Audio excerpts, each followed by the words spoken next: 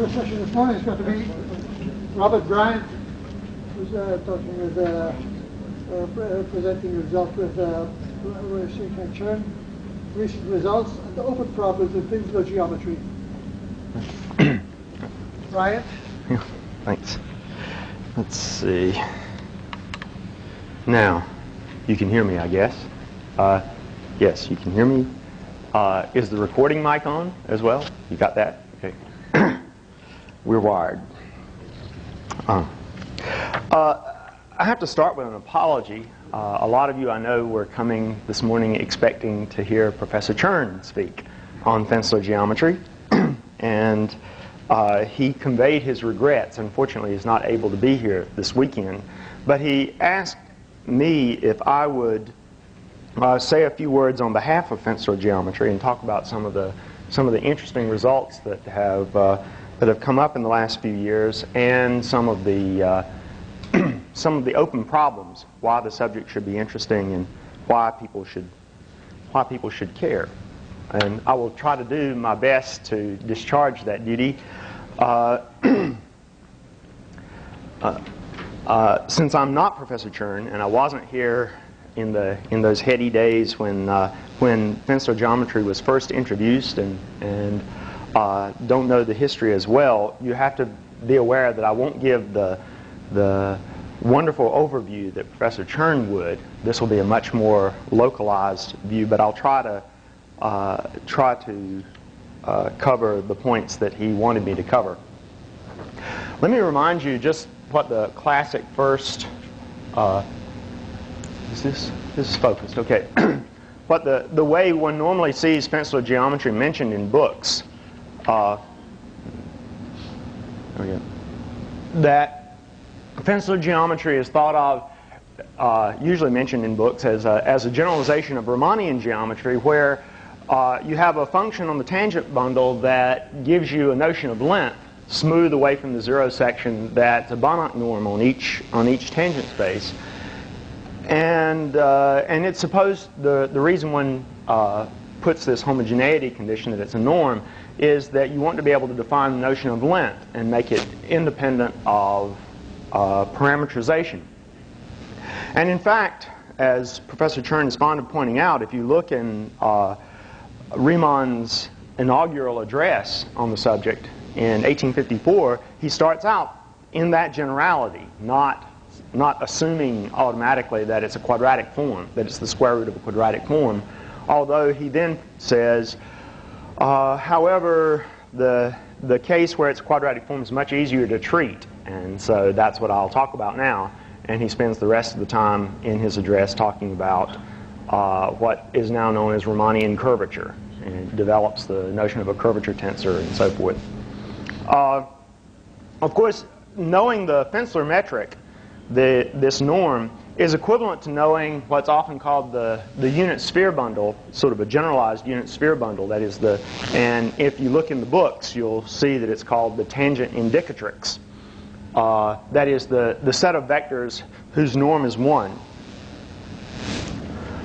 Now, just to put it in historical context, these will be very brief historical remarks about Finsler geometry. In some sense, the subject is as old as calculus. If you look in Newton's papers and writings, he solves various problems that we would now call calculus of variations problems. The Brookistochrone is probably the most famous one, of course. And if you look in Euler's papers, he solves several calculus of variations problems where you have precisely this kind of norm on curves that, in fact, is not necessarily linear. Not necessarily the square root of quadratic function. I'll talk about one specifically a little later. But in this century, anyway, it first was emphasized when Hilbert made his address to the International Congress in 1900, and in both two of his 23 problems, the fourth and the 23rd, deal with things that are now would be thought of as Finsler geometry or part of Finsler geometry. The fourth problem you'll remember is the problem of, he calls it the problem of straight lines as shortest curves, which is the problem of trying to describe all of the metrics in the plane for which the straight lines are the geodesics. And several of his examples are, in fact, Finsler, and several of his students worked on things that, along those lines, working on the fourth problem that were then later subsumed into Finsler geometry. I wanted to remark on a kind of often overlooked paper in the subject. In 1907, actually in 1905 and 1906, Oscar Bolza, who was at the time one of the great experts in the calculus of variations, came to the University of Chicago and gave a series of lectures on the calculus of variations. And a graduate student by the name of Underhill, wrote his thesis on the calculus of variations applied to curves that we would now call Finsler geometry. And he introduced the proper notion of curvature, Gauss curvature, what we would now, the generalization of Gauss curvature to curvature for Finsler surfaces. But it wasn't much noted until much later, about 11 years later, when Finsler wrote his thesis on the general problem of the geometry of manifolds endowed with a Finsler structure, although they didn't actually call them manifolds at the time. He didn't call them manifolds. I can't do justice to all the people that have worked on the subject. I'll just give you a few of the highlights. In 1930, Carton wrote a little paper on the geometry of Finsler surfaces, and I'll come back to that later in the talk. And then in 1934, he wrote this monograph, Les Espaces de Finsler, in which he set forth a general Finsler calculus that generalized the Ricci calculus for the invariance of Finsler geometry. And Churn started work on the subject in 1943, and he wrote two papers, the 1943 and 1948, on defining notions of connections and curvature for Finsler manifolds. It's kind of interesting, actually, if you look in the 48 paper, that he was already wrestling with problems like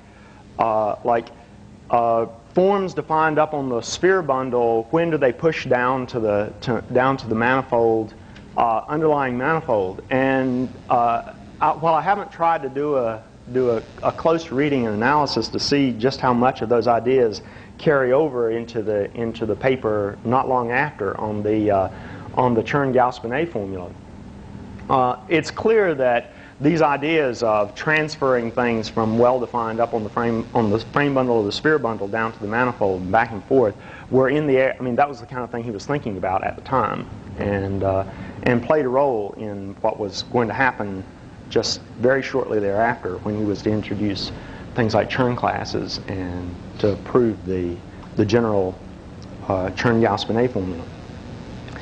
There were a couple of major surveys, one fairly well known, you'll find in most libraries, by Hanno Rund in 1959. He surveyed a lot of the work that was done in the first part of the century, and he surveyed in the work of people like Burwald, Blaschke, Funk, Landsberg. I'll mention all those later.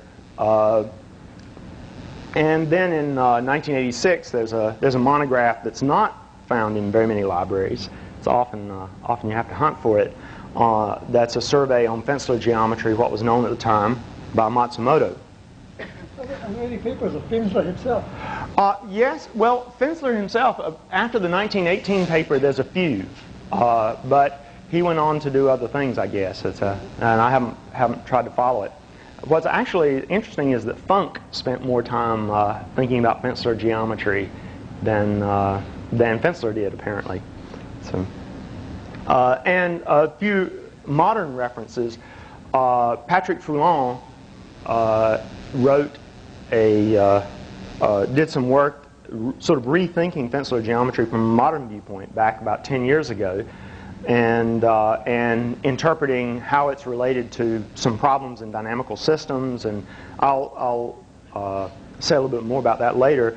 And then for some global results, people like Akbarzadeh, I'll mention that later, and Bao and Shen and Churn also, who's become interested in these problems in the last few years. So, well, I want to go through a quick little whirlwind tour of what do you need to know about Finsler geometry to talk about it. And what I'm going to do is not consider all the historical development at all, but sort of beat a path as quickly as possible to the Riemannian case, in the sense that I'll show that all you need to know about Finsler geometry, with a few constructions, you can reduce to well-known things in Riemannian geometry, and then sort of almost but not quite work in the Riemannian category.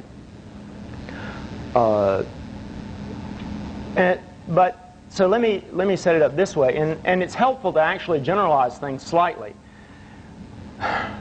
What I'm going to take a Finsler structure to be is take it to be defined by the tangent indicatrix instead of by the norm.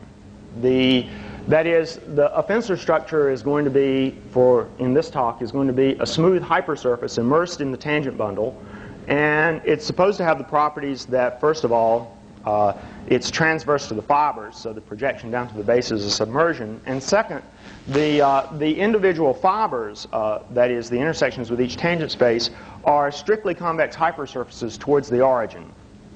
And then, of course, once you have that, of course, you know what the unit speed vectors are, and you know how long a curve can be. You just parameterize the curve, reparameterize it to make it to be unit speed, if you can, and define its length to be the usual thing. Once you've reparameterized it to be unit speed. Now, you may notice that I haven't defined it to be the either symmetric with respect to v goes to minus v, or even compact. And I wanted to show you a few examples of the kinds of things I'm allowing when n is 2. Whoops, there's a little edge here you have to be a little careful about.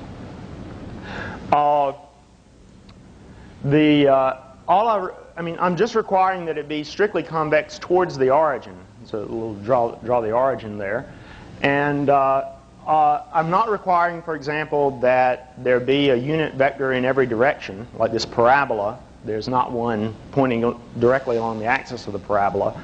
Or it may even leave an entire open set of directions out. This picture that I'm drawing and calling a sailboat, what you should imagine is that this is the set of, imagine a sailboat sailing in the wind.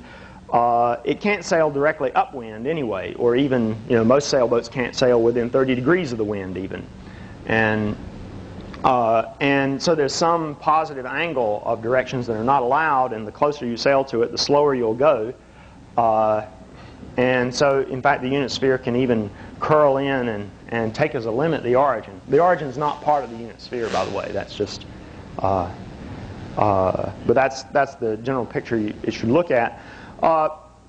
You can also incorporate things like hysteresis. That is, the history of, not the same use of the word at all.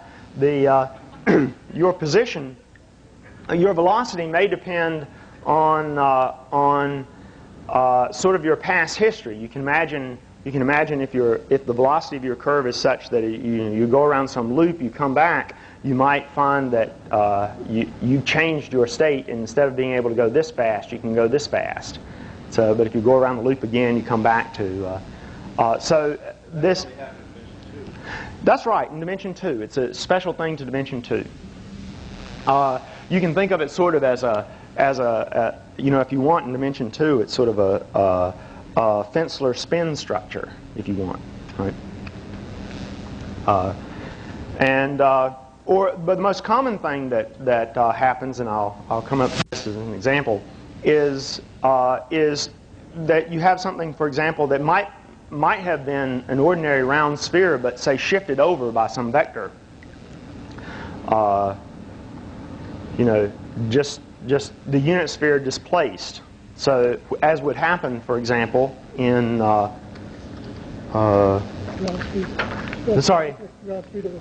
ground speed of a plane with the air, or as is classically called the Zermelo navigation problem. That is, say you're on a planar domain. Imagine it's a body of water, and there's a current vector field that's dragging you along. Even if you weren't, even if you had turned your motor off, you'd be dragging along. And the actual set of velocities that you can have are, say, the speed of the vehicle, things of some fixed length, displaced by by the current vector field. Typical example is something like this: a quote-unquote river, say defined by the banks. Y is between -1 and 1. The current is fast in the middle and slows down to 0 at the banks. And what I've drawn in there is the geodesics from a point in the middle of the stream. You'll notice an interesting thing: the geodesics tend to spread out as you go downstream. That's reasonable, and they, not surprisingly, if you go only a short distance upstream, it's best to just head upstream. But if you go beyond the first conjugate point, then of course it's better to go out where the current's not as fast and go upstream. And so if curvature, as we eventually define it, is going to correspond to focusing or defocusing the way it's supposed to, then this shows that you might well have curvature. Of course, this is translation invariant this way, that the curvature should depend not only on where you are, but what direction you're going, right? So the curvature function shouldn't be defined on the manifold. It should be defined up on the frame bundle, which it is in this case. That's one of the slight complications caused by it. And just for your amusement, here's a few other pictures of this. Just point out a few features here. The top picture is just the same focusing phenomenon from a point slightly off center, just to show how the focal points move. This is a picture of what the geodesics look like if you're leaving one bank and trying to go to the other. Ignore that stuff down there. That's an artifact of the PostScript file. What can I say? And the thing down here is meant to point out that geodesics, the shortest path, of course, because the unit sphere is not symmetric, it's not supposed to be symmetric, the geodesics from P to Q may not be the geodesics from Q to P. In fact, this is the geodesic between those 2 points on the bank, but this is the geodesic from going in the other direction between those 2 points on the bank. You'll notice that it's slightly unintuitive, actually. I've never seen anybody actually sort of gain height and then fall back as they cross the river to get up. But in fact, that is the geodesic. That's the minimum for going there. So your strategy. Well, that would be nice, but no, I think it's more complicated than that. So. What the really interesting picture is to see what happens when you put the jet stream, say, over a map of America and see what the geodesics are when you're flying a plane. So it's a complicated picture, and unfortunately I couldn't produce it very well, so I think I left it out. But if you really wanted to apply it, you'd have to recompute it every day because, of course, the jet stream moves. But high-speed computers, there's no reason you couldn't do that. So. I want to give one more classical example, the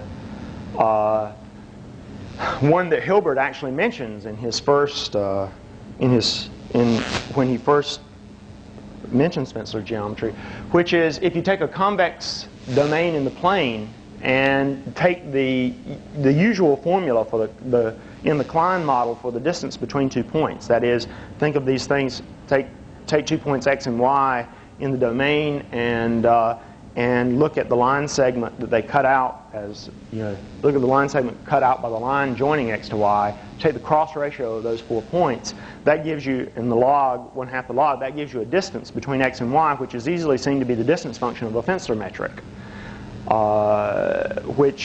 And in fact, the geodesics of this Finsler metric are the straight lines. And as we'll see, there's a very nice geometric property attached to these things. that's not perhaps not apparent from this. Of course, if it's a round, if this is actually a round circle, then or an ellipsoid, this is the Poincaré metric.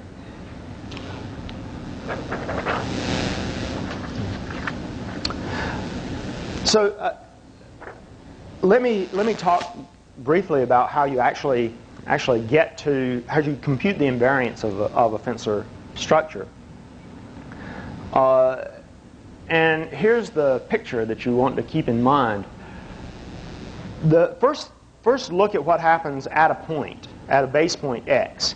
That is, if you take a unit vector u in there, there's a linear functional on the tangent space. This is the Legendre transform, if you want to think of it that way. There's a linear functional on the tangent space at that point that takes the value 1 at u and has a local maximum, and u star equals 1 defines the tangent line here, the tangent to the sigma, and define u perp to be the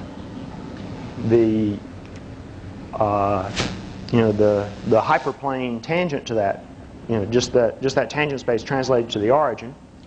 And because of the strict convexity, there's a well-defined best approximating ellipsoid to the curve at that point, and call that ellipsoid is here going to be SU, the best approximating ellipsoid. And that, of course, all that data gives you a natural splitting of the tangent space into the multiples of u and u perp. The tangent space to sigma itself at that point is, of course, isomorphic to u perp, naturally. And there's a natural metric on the tangent space for which this best approximating ellipsoid is the unit sphere. So we have a nice, so there's a metric on the tangent space, but the metric depends on the point u, on the unit vector that you take. It would have been helpful to have 2 slides, but I should have planned a little better. If I hadn't been locked out, I could maybe I could have got here in time to say that. But so the geodesics are defined again. It's the usual calculus of variations construction. You can think of it as take that Legendre transform, map it into the cotangent bundle, and now think of that as a Hamiltonian variational problem. Or you can just work directly on the tangent bundle itself. You have this canonical one form, which would be depending on how you define it. I mean, depending on how you want to think of it, it's just the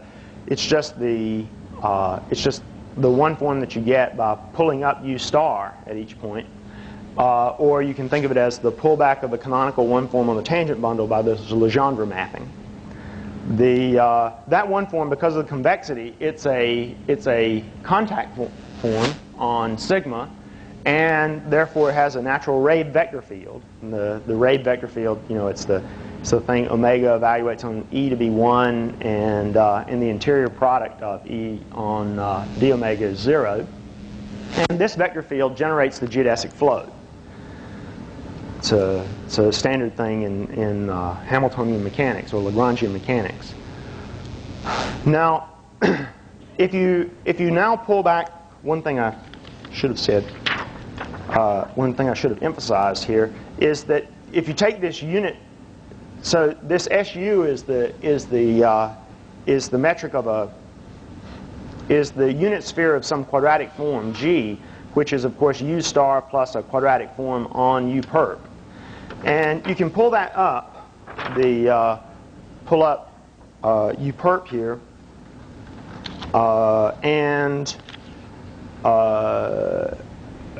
pull up HU, that gives you a quadratic form. It turns out that when you take the Lie derivative of that form in the geodesic flow direction, that form has split type, has type n-1, n-1, whereas eta itself has type n-1. Sorry, it has type n-1. And it turns out that you can take a unique splitting of the kernel of this of omega u. So remember, the kernel of omega u is now a 2n-2 dimensional vector space. There's a canonical splitting of it into the vertical fibers and a horizontal space, where the horizontal space is null for this quadratic form eta prime, and it's Lagrangian for d omega. Now this interpretation of HU is, to my knowledge, it first appears in Patrick Foulon's thesis. You don't see an interpretation like that anywhere else, as far as I know. But the actual horizontal space itself, if you look in the definitions in Carton and Churn, it's there implicitly. It's just hidden in this forest of indices that makes the old literature a little bit difficult to read, unfortunately. But anyway, we're there now. The point is that the tangent space of this hypersurface now is split into the line spanned by the geodesic vector field, the tangent space to the fiber, and this horizontal space, each of which are isomorphic to U perp, which has a metric on it already, and of course this has a metric on it already. U is a unit basis for it, so you get a natural metric on this tangent space, a natural Riemannian metric on sigma itself, canonically defined. And in fact, you get a little bit better than that because, of course, you have the vector field E, and you have this splitting, and each of these two spaces are isomorphic, so it actually defines an ON-1 structure on sigma. Now, in fact, that ON-1 structure is never flat. That is, it's clear it's never flat because, after all, omega is not integrable. And so if you try to introduce a connection that's compatible with that ON-1 structure, you're guaranteed never to be able to get it to be torsion-free. You'd always have to have some torsion. You have to choose what parts of the torsion you want to set to 0. So, and there is some choice involved. One of Churn's papers in 1943, in either 43 or 48, I forget which one, points out that there are, in fact, natural different choices for those connections, and he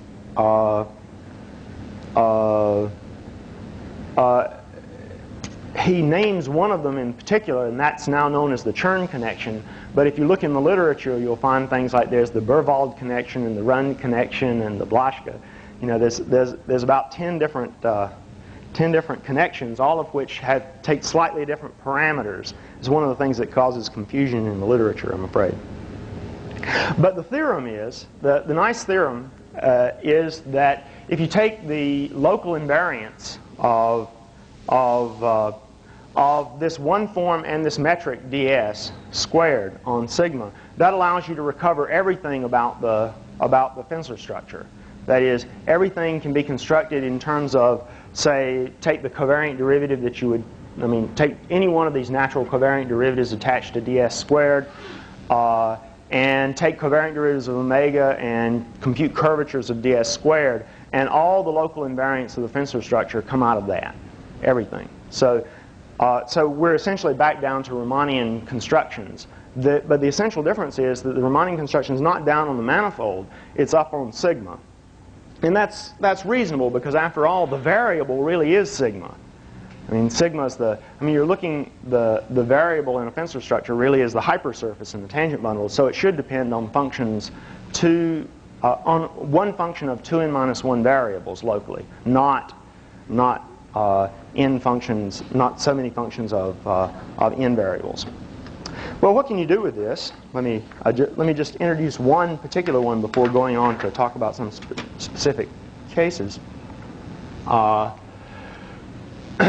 There's for example, the first thing you ask in Riemannian geometry is what's the focusing behavior of the geodesics and what controls that? Well, not surprisingly, if you take a unit vector in sigma, then of course U perp is a natural vector space. There's a self-adjoint operator that's a linear operator from U perp to U perp, so that whenever you take a geodesic and you look at its tangential lift into sigma, then the Jacobi operator is the usual thing, the second derivative of a section of the normal bundle plus this curvature operator applied to the section of the normal bundle. So, I mean, you get this sort of canonical formula. There's nothing surprising about it in terms of classical calculus of variations, except that you need to keep in mind that this KUV is it doesn't have the symmetry properties that Riemannian geometry does. That is, it depends actually on. It's not just a function of the two-plane span by u and v. It's actually a function of the flag, and therefore it's called the flag curvature.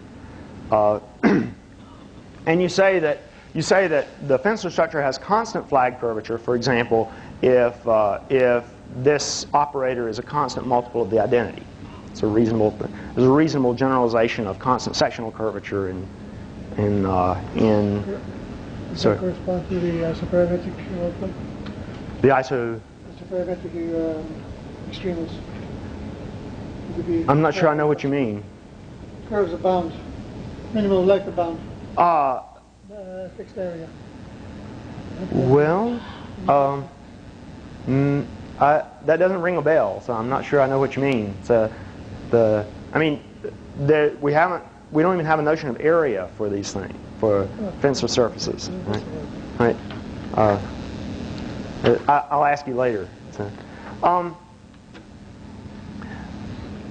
So here's an example, a very interesting example, that the Hilbert's projective metric, the one that I wrote down to begin with, actually has constant flag curvature -1. Even though it's not Riemannian, except in the case that it's an ellipsoid. This projective metric and so that gives you an example to show that there are actually lots of solutions.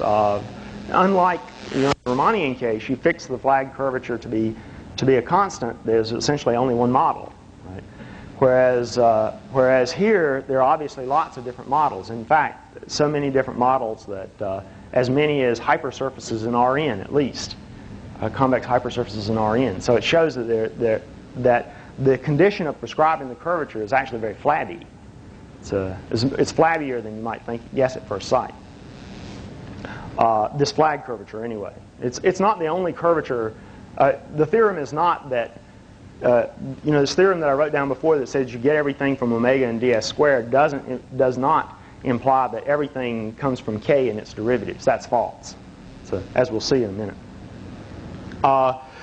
Another comparison that you want to keep in mind in understanding what the difference between the two kinds of problems are is that if you just count derivatives, how much do you have to have in order to define these things? In the Riemannian case, this omega is actually defined algebraically in terms of sigma. The geodesic flow vector field, h, ds squared, they're all of first order, and k is a second order. I mean, the Riemannian curvature is, of course, second order operator. But in the general Finsler case, you have to differentiate once to get omega. And then you have to differentiate again to get E, the vector field. Then if you look at the definitions, you have to differentiate again to get H and ds squared. And then you have to differentiate again to get K. And K actually depends on 4 derivatives of the hypersurface. Which points out that it's actually, it's going to be more subtle. And for example, things like maximum principles and so forth aren't going to be easy to get your hands on for prescribed curvature in the Finsler case.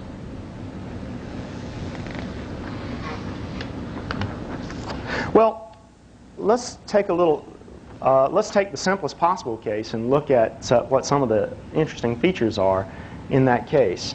The case of a Finsler surface. And for a Finsler surface, you have, and let's fix it to be oriented so that I can actually reduce from that O1 to SO1, so I actually get a framing on the 3-manifold.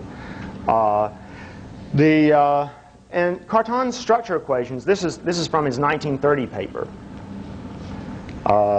Carton's structure equations are omega 1 and omega 2, they're the base formed. This corresponds to, this is the dual to E, this is the dual to H, and this is the dual to the tangent to the fiber. Right? Now, in the Riemannian case, you don't have these terms. These I and J are 0. And these, you'll remember from your first course in surface theory that these are the structure equations for, when you take those away, these are the structure equations for the frame bundle of a surface. And K is the Gauss curvature, and omega 3 is just the Leibniz-Civita connection form. However, in the Finsler case, you get I and J show up, and they're not 0 in general. In fact, I equals 0 is the thing that, as you see when you look at the Bianchi identities, which you get if you just differentiate these things, you get you see that if I is 0, then J is 0, and you're in fact down to the Riemannian case. It's easy to show that there's no difference. And what do these things mean? Well, when you sit down and work it out, I tells you how fast that best approximating ellipsoid rotates as you move around the fiber. And so it's not too surprising. I is actually, when you compute it, it's actually 3 derivatives of the thing tangent to the fiber. So if you're thinking in terms of differential equations, prescribing I it's a third order differential equation, but it's extremely degenerate. It's not a, the symbol is differentiate 3 times in the same direction. So I'll come back to these structure equations in a minute, but I just want to remark on what these things mean. I already said I equals 0 is the Riemannian case. That's where, and we know what the local solutions are for I equals 0. Up to diffeomorphism, they depend on one function of 2 variables. So this function u, because you can always put things in conformal normal form. J and K, however, are fourth order operators. I mean, you can see if I is third order, then J is got by differentiating I one time at least, and so it's not surprising that it's fourth order. And J equals 0 has a nice interpretation, by the way. You'll notice that if J equals 0, then the derivative of omega 3 is actually a basic 2 form, a semi-basic 2 form, and it's closed. And therefore, it actually defines a 2 form down on the base. And in the case that sigma actually is compact, and is a single curve, embedded curve in each fiber, that, for topological reasons, that has to be the Gauss curvature integrand. Its integral will be 2 pi times the Euler characteristic if J is 0. However, and so the general case that J is 0 is called Landsberg. This is the case where, and J equals 0 is exactly the necessary and sufficient condition that omega 3 be the connection form of some S1 structure on the, that you can make this into a principal S1 bundle, sigma. Not necessarily in the obvious way, but it can be made that way. So that it's a connection form, and you get a Gauss-Bonnet formula in that case. And the local solutions, you sit down and work it out. It's a fourth order PDE for the hypersurface. It's a very strange fourth order PDE. It's not transversely elliptic. It's not transversely hyperbolic. It's got a funny symbol. But the local solutions depend on 2 arbitrary functions of 2 variables. 2 arbitrary functions of 2 variables instead of 1, as in the Riemannian case. So it's a generalization. It contains, in particular, the Riemannian case, but it's a fairly flabby generalization of a Riemannian surface, Riemannian metric on a surface. That said, I have to point out that aside from a few trivial examples depending on functions of 1 variable, no explicit examples of Landsberg surfaces are known, except the Riemannian case. The PDE is tricky. I mean, you can write down local.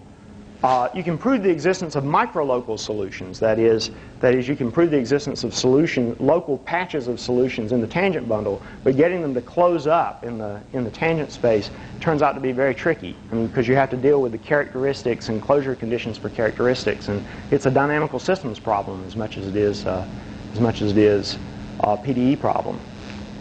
In fact, there's an interesting result of Gabriel Paternane, who proves that who proves that if you have a real analytic Landsberg structure on a surface of negative Euler characteristic, if it's real analytic, then it must be Riemannian. So, however, that's not known for the torus or for the sphere. In fact, probably not.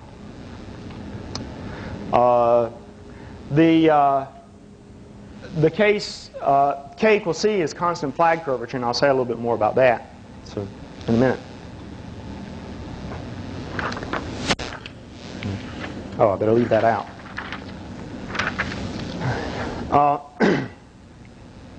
I can't resist this because it's such a nice little fact. The proof that here's an interesting fact. Suppose you look at a Finsler surface with K equals -1, then and the Finsler structure, suppose it's compact. The sigma is compact, which in particular implies that each of the fibers is compact. Then it has to be Riemannian. That's the kind of funny thing that happens. It's sort of a global rigidity that you don't expect.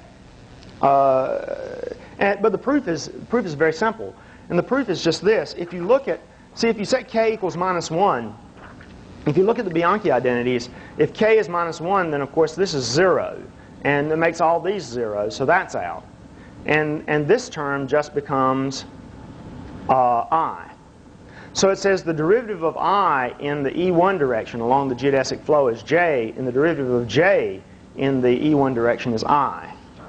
So along any geodesic, you have I and J satisfy an equation like this, and therefore, of course, it's a linear combination of exponentials. But you're on a compact manifold; these functions are bounded, so they're 0. So I vanishes on all curves, J vanishes on all curves, and it's forced to be Riemannian.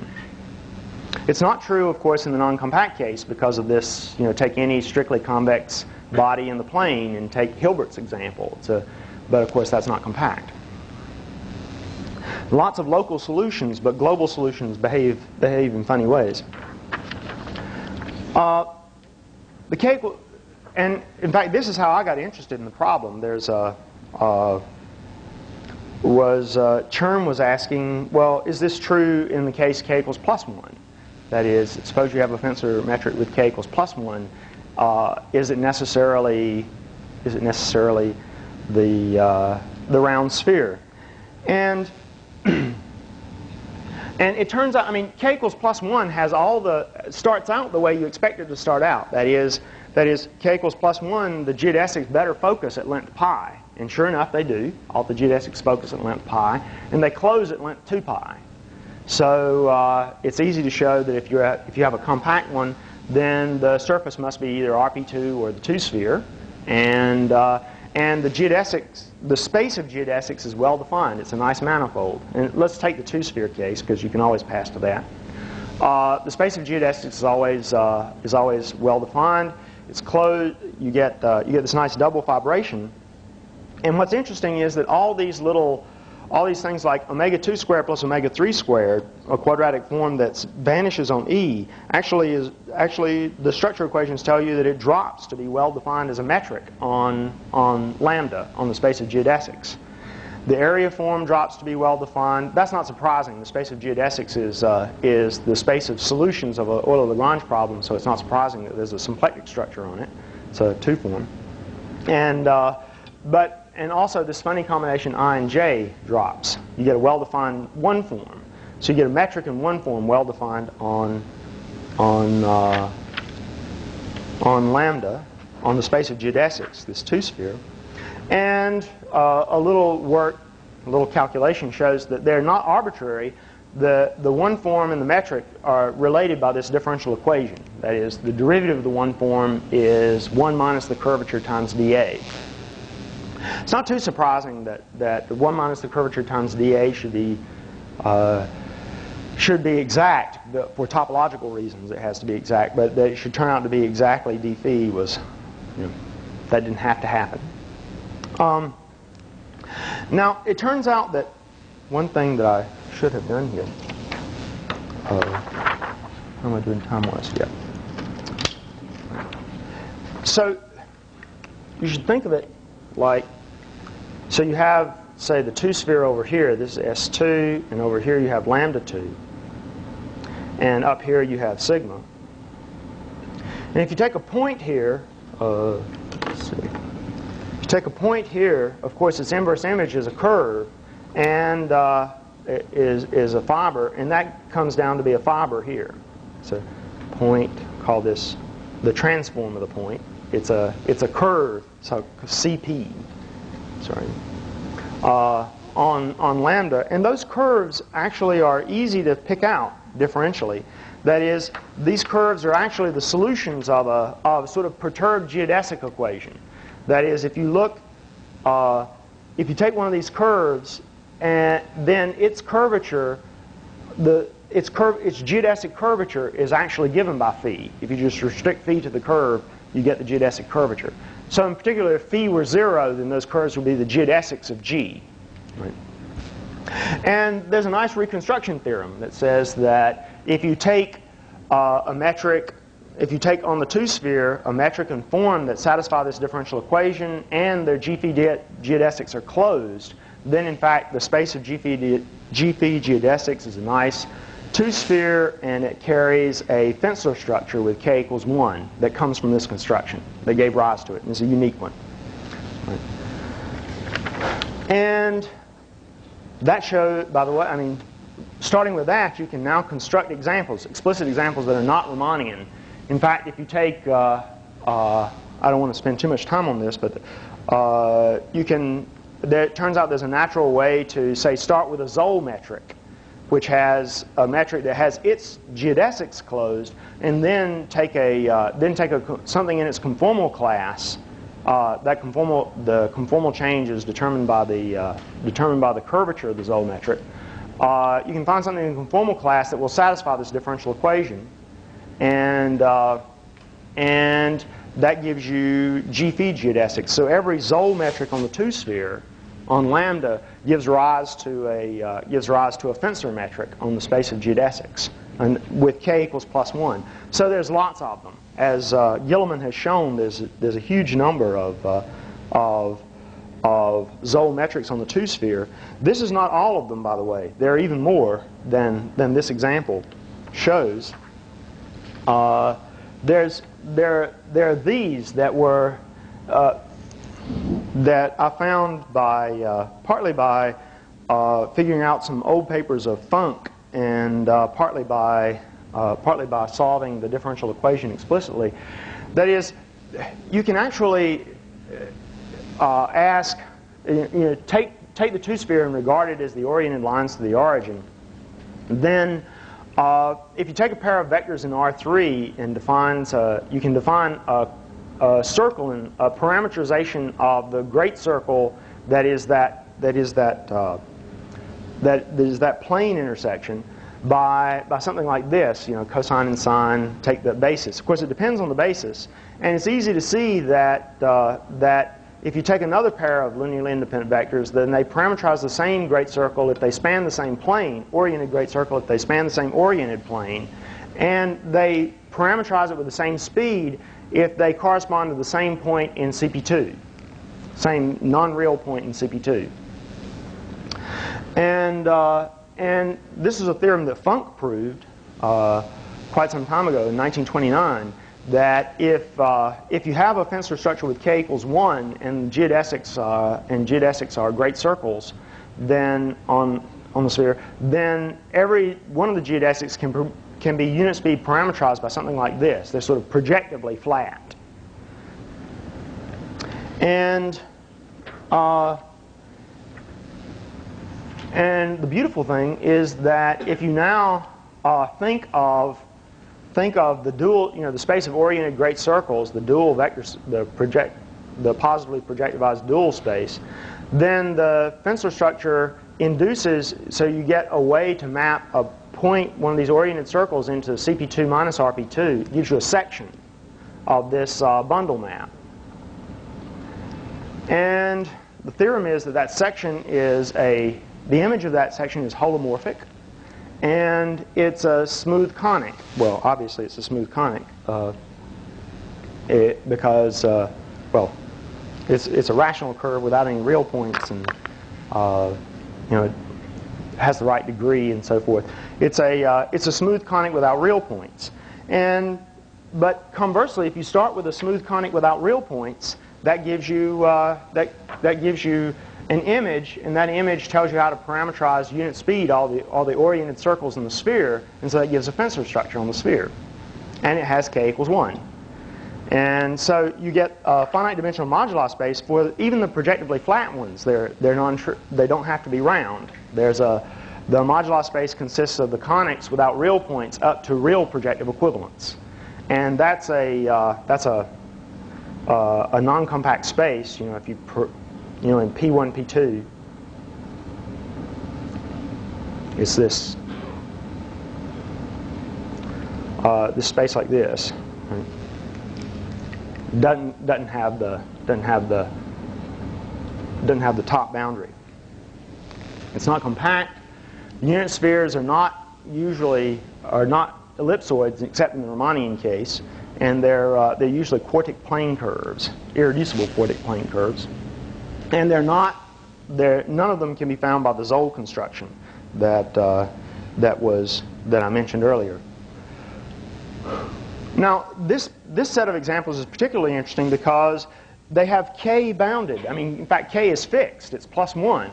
And if you were in the Riemannian category, you pinch k and say, don't let k vary very much from 1, then a compactness theorem tells you that space is essentially pre-compact, right?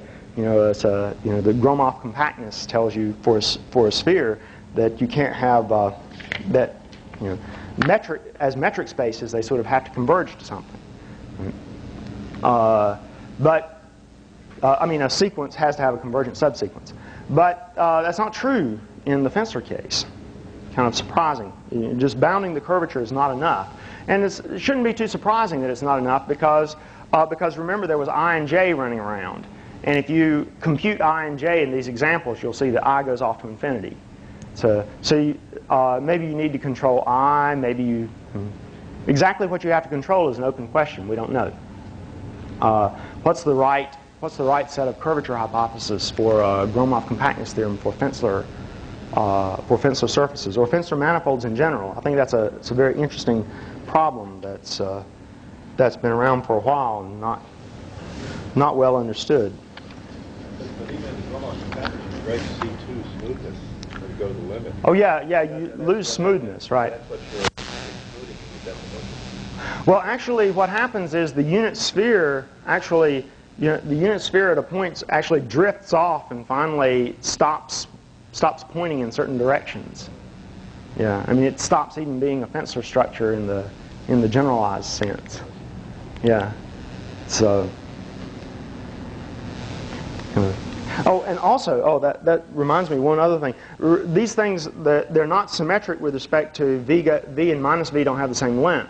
So you really need to consider a generalization of metric spaces by throwing out the symmetric axiom, right? I mean, you need non-symmetric metric spaces to talk about things like this because they're not symmetric. And in fact, what's interesting is to note that in Hilbert's fourth problem, when he actually discusses the notion of metrics on the plane that have geodesics, he doesn't put in symmetry as an assumption. It's a sort of, I think, a very prescient phrasing of the problem. So, let's see. I have about 5 minutes left. Wait, do I have? Well, how long were the talks? An hour? Oh, okay, an hour. Okay, I didn't know whether they were 50 minutes and I had run over or something. I just want to make one more tie with something that I'll talk about tomorrow. That is the source of my other interest in this problem, in understanding these prescribed curvature problems. By the way, I mean, I haven't said too much about open problems except mentioning them from time to time as we go along. To me, some of the most interesting problems are things like what is the nature of the prescribed curvature equations in Finsler geometry? And what sorts of global things can we prove? What sorts of topological properties can you deduce from curvature assumptions in the Finsler case. It's obvious that there are various things that you can't expect to happen. I mean, various Riemannian things that won't generalize in the Finsler case. Other things like what is the proper role of things like the Gauss-Bonnet theorem. You know, when I pointed out that in the before I mention the higher case, I should just point out that, you know, if you go back to this Finsler surface case and you ask, well, what is the Gauss-Bonnet theorem for a Finsler surface? That is, what would you expect to be true? You know, in the Riemannian case, what's true is that if you, in the Riemannian case, if you integrate omega 3 wedge d omega 3, sorry, it should be down, then you'll get 4 pi squared times the Euler characteristic of the base manifold, right? I mean, 4 pi squared because you get 2 pi from the omega 3. And you have this nice, Gauss-Bonnet formula, some local integrand you write down for sigma. However, you can show that in the general case, there is nothing that you can write down that some function of I, j, k, their derivatives, omega 1, omega 2, omega 3, there's no integral like that will give you some universal constant times the Euler characteristic. It just doesn't exist for a general Finsler structure. In fact, for a general Finsler structure, anything you like this that you write down whose integral is independent of under Finsler variation is itself trivially a divergence. So there's no gap between things that, you know, there's nothing like sort of higher secondary classes that you can easily write down. So maybe you need to go to something tertiary if you're going to get anywhere. Are there any inequalities that you suspect of? That's a good question. I mean, certainly if k is negative, then the Euler characteristic has to be negative, and if k is everywhere positive, the Euler characteristic has to be positive. You know, if sigma is compact, right? But it's hard to say much more than that, actually. It's very crude things. I mean, we're sort of lost. So I just want to finish with, like I said, with this little remark. Now I have only about a minute. This little remark about how this is related to holonomy problems in higher dimensions. You can do the same thing you know, if you look at Finsler structures on the n-sphere and do the same construction that I just did on the 2-sphere. That is, you can parameterize the geodesics in this nice way. I mean, you can parameterize curves in this nice way, and you can show that if you have a Finsler structure on the n-sphere that has its flag curvature constantly equal to 1, then every geodesic can be parameterized in this form. And the geodesics are great circles. Then every geodesic can be parameterized in this form. So again, you get the same picture, except instead of the dual sphere, you get the quadric, the oriented great circles. You get a quadric, which is this quadric has a natural fibration CPN minus RPN to Q. And again, it's true that the image of this way of associating to each oriented great circle its unit speed parameterization is a holomorphic quadric. And conversely, if you start with a holomorphic quadric that's smooth without rational points, smooth without real points, then you get the same picture. And again, you get this construction. I've lost the slide, but that's okay. And again, you get the same picture. There's a finite dimensional moduli space of k equals plus 1 and projectively flat. But there's many more k equals plus 1 things than there are projectively flat. I just want to say, finally, if you look in the general case of constant flag curvature, and suppose that the geodesic space exists, which will be true if the flag curvature is positive, it turns out. Suppose the geodesic space exists and it's Hausdorff, then it has this guy. It has a natural symplectic structure on it, of course, because it's the variation, it's the extreme of a variational problem.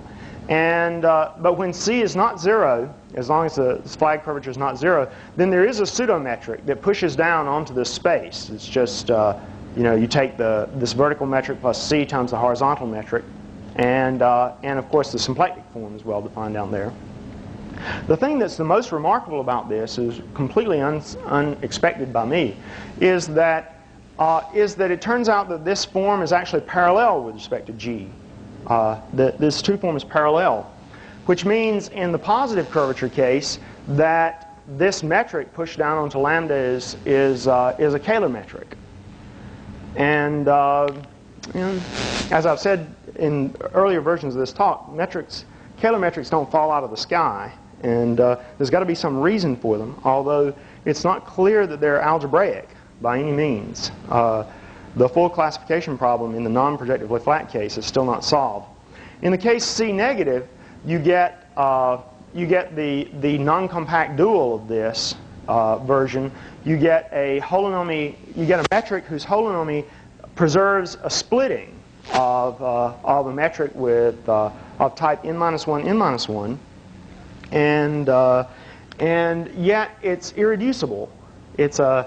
This is one of these mysterious things that's allowed to be holonomy by the Berger classification, but it's reducible.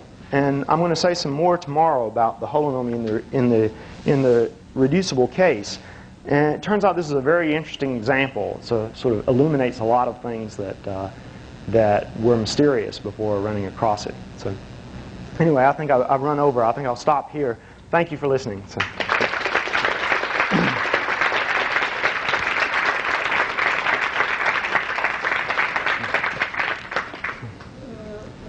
Question? Yeah. Yes. If you start out with the physical examples,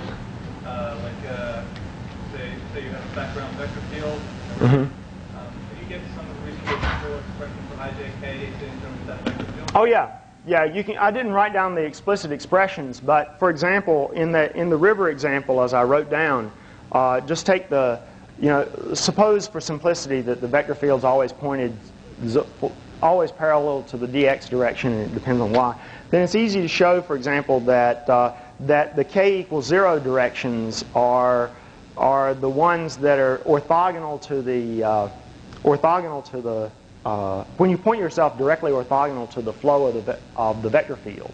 So that, for example, and in fact that's always a geodesic, which corresponds to your intuition that if you're out in the middle of the river and you want to get to the bank as soon as possible, what you should do is swim straight towards it. No matter how the current carries you along, you should just swim straight towards the bank. And it turns out, keeping that angle pi over 2 is the right thing to do. And that's the k equals 0 geodesic. If you point upstream, k is positive. If you point downstream, it's negative. Just as I pictured it. You can write down the explicit formula, but I don't think I'll do it here. Yeah. I have lots of questions. 10 more minutes until the next talk. I'm going to answer very few. Okay. So the first is there some natural model space or generalization of the isometric embedding theorem? Yeah, there's been lots of discussions about what an isometric embedding theorem should be. However, you have to be careful in that it's easy to see that if you fix the range ahead of time, then you can always cook up a Finsler surface that cannot be isometrically embedded into that range, no matter how large the range is. But there should be some classification of when you can. Yeah, you can write down the PDE for the isometric embedding problem, but it's a little tricky. I mean, generally it's overdetermined in a strange way, because think about it intuitively like this. If you can make an isometric embedding, what that says is that the unit sphere that you've got here occurs as a two-dimensional slice in the unit sphere in the big thing. And all you have to do is somebody gives you the target ahead of time, and now you just cook up something that doesn't occur as a slice in the unit sphere. So you can see it can't be done. And the other question is that since we're in Stony Brook, what about global differential geometry? Splitting theorems, Casanova type theorems, and so on? Well, a lot of things are known. I mean, if k is positive, then if k is positive and bounded below, then of course the simply connected cover is compact. If k is negative, then or is less than or equal to 0, then the exponential map. It's not quite true. The exponential map's a diffeomorphism because it's not smooth at the identity. But away from you still get incomplete in the complete case. You get things like that. But squeezing theorems and so forth are not very well understood. So I mean, You need higher order invariance. well, or lower. Remember, the curvature is fourth order, and I is only third order, and so you might need to control the lower order invariance as well as k. I should have said I persists and becomes a tensor once you go into the higher dimensional cases, right? So there's always a third order invariant, and the third order invariant vanishing means Riemannian. So. I think we should postpone the questions for lunch hour. Yeah. Right.